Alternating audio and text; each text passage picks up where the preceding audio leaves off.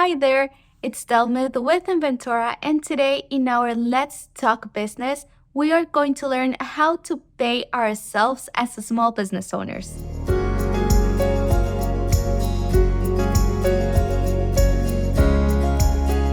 You know that I'm also a small business owner. I have a brand named Profundo and I work with Guatemalan artisans.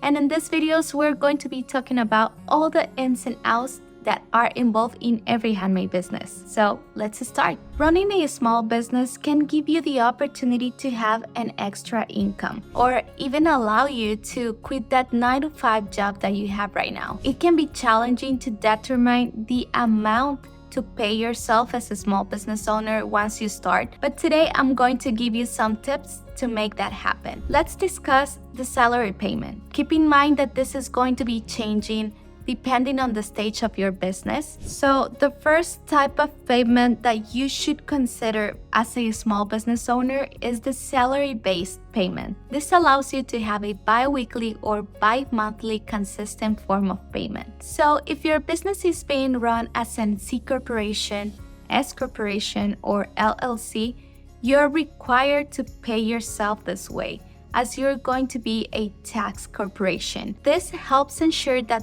businesses are paying ethically and comparable to other businesses in the similar fields. A great benefit of paying yourself this way is that your taxes are going to be deductible in advance. However, a less appealing factor about paying yourself as a small business owner is the reasonable compensation rule that it's now mandatory for us to follow.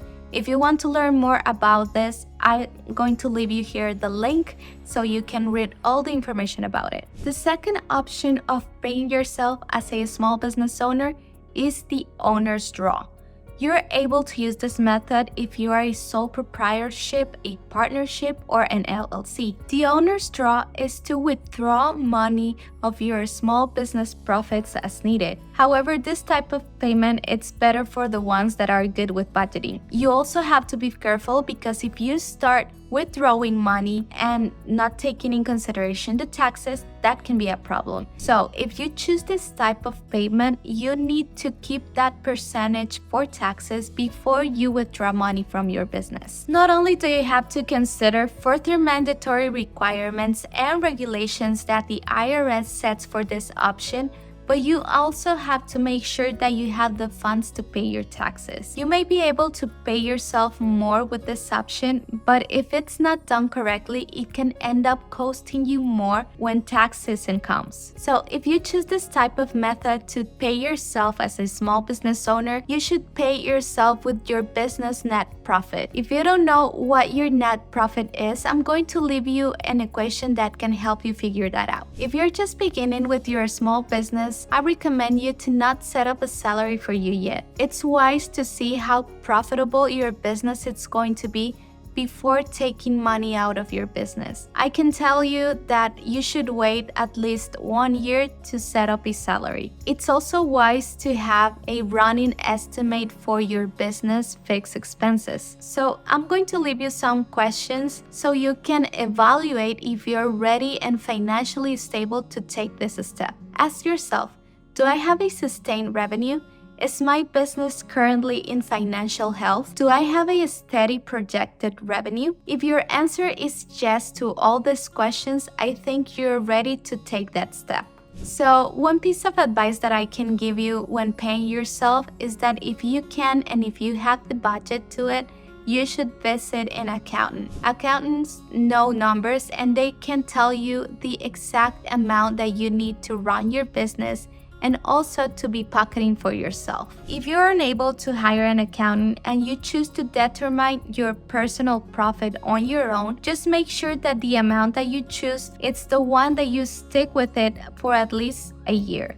Yes, that means no raises at all. Consistency is also key. Make sure that you pay yourself on a regular basis, not just here and there. You'll want to see these payments being consistent in every month when you're calculating taxes. And there's also a lot of information and databases that you can use to calculate how much you should pay yourself. I know I've been talking about taxes a lot here, but I just want to be clear about how important it is to budget for it. It doesn't matter which type of payment do you choose, you have to budget and be ready to pay your taxes. A good rule of thumb is to save at least 30% of what your small business makes in profits to cover these taxes expenses. Like I always do, I want to leave you with my experience about this topic. When I started Profundo, I was very afraid to start paying myself. So the first year or so, I invested every penny that was coming into my business. But then I saw that the business was more steady, so I started to pay myself. I was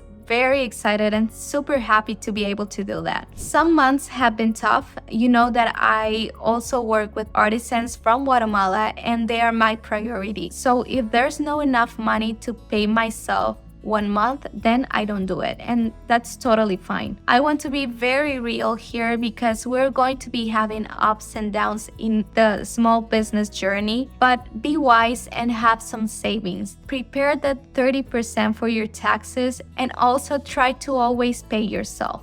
At the end of the day, it feels great to start enjoying and have some reward of all the effort that you have been putting into your business. Thank you so much for watching, and if you want to keep learning with me, don't forget to subscribe to our channel.